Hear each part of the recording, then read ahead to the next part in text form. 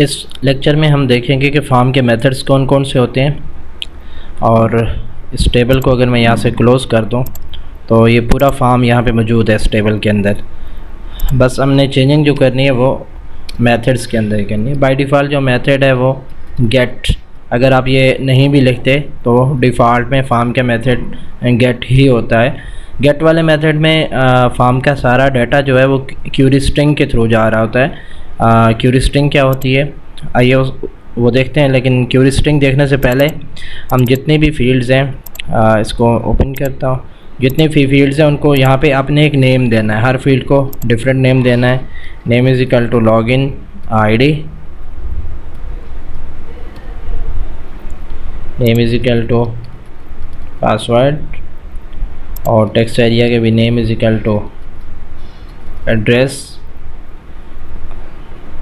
Gender में तो select gender में दोनों का नेम हमने दिया हुआ है, यहाँ देने की ज़रूरत नहीं है। तो यहाँ पे name is equal to terms, select list में आपने नेम देना है। Name is equal to F language, मतलब फेवरेट लैंग्वेज, कोई भी नाम दे सकते हैं अपनी मर्ज़ी का। और लास्ट पे जो आपका सबमिट बटन है, बाज़ सूरतों में इसको भी हम नेम देते हैं, लेकिन बाज़ सूरतों में हमें देने की ज़रूरत नहीं। अभी हम इसका नेम नहीं लिख रहे।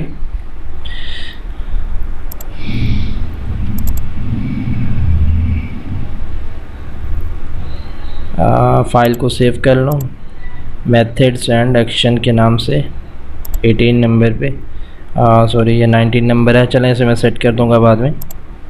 ये आपका है मेथड एंड एक्शन।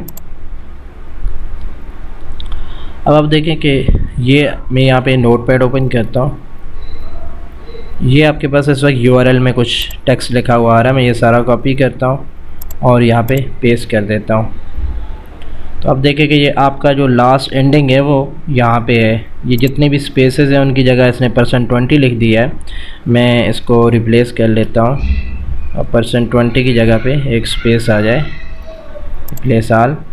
तो ये आप देखें आपके सामने यहाँ पे फॉर्म, मेथड एंड एक्शन और इस .html, इसके बाद आगे कुछ भी नहीं है। लेकिन जब मैं इस फॉर्म को सबमिट करूँगा, लॉगिन आईडी मिसाल के तौर पे ABC, password 1 2 3 4 5 6, address ABC project base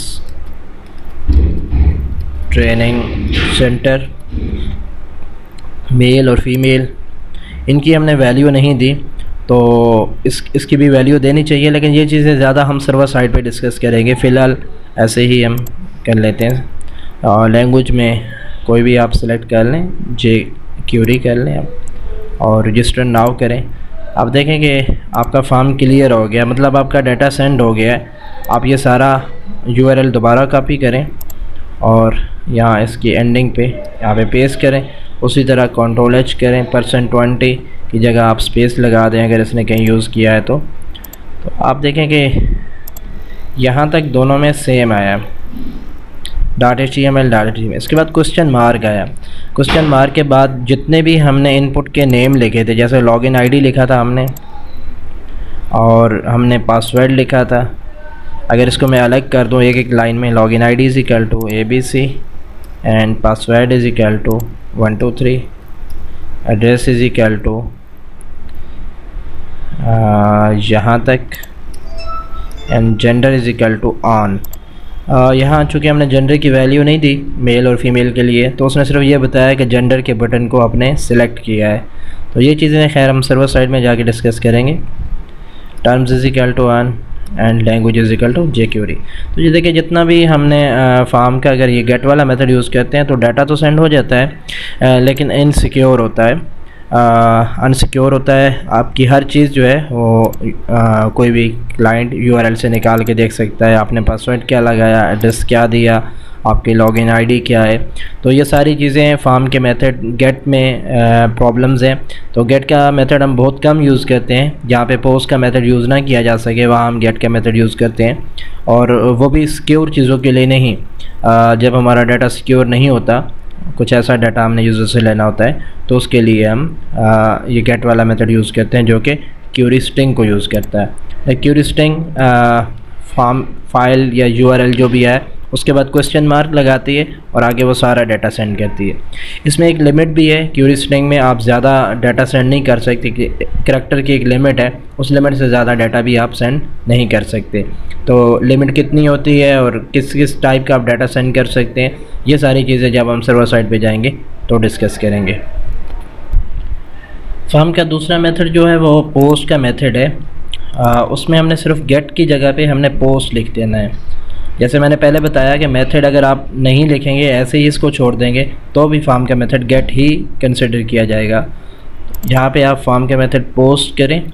वैसे एक पुट और डिलीट 2 मेथड ये भी होते हैं फॉर्म के, लेकिन इनको हम नॉर्मली यूज़ नहीं करते, वेब एपीआईज़ में हम इनको यूज़ करते हैं। फ़िलहाल ये कि हमने ये पोस्ट का मेथड यूज़ किया और ये आपके पास फॉर्म आ गया। यहाँ पे कुछ भी आप लॉगिन आईडी लिखें ABC और पासवर्ड कुछ भी दे दें, एड्रेस, उसके बाद जेंडर और टर्म्स एंड कंडीशन, लैंग्वेज, उसके बाद रजिस्टर का बटन प्रेस करें। अब देखें ये फॉर्म का सारा डाटा सेंड हो चुका है। मैं इस वक्त अगर ये URL कॉपी करता हूँ और यहाँ पे पेस्ट करता हूँ तो ये देखें .html के बाद आगे कोई क्यूरी स्ट्रिंग नहीं बनी और ना ही डाटा आगे सेंड हुआ। तो फॉर्म का जो मेथड हमने यूज़ करना है वो हमने मोस्टली पोस्ट ही यूज़ करना है ताकि हमारा डाटा सिक्योर रहे। फॉर्म का लेक्चर यहीं तक था।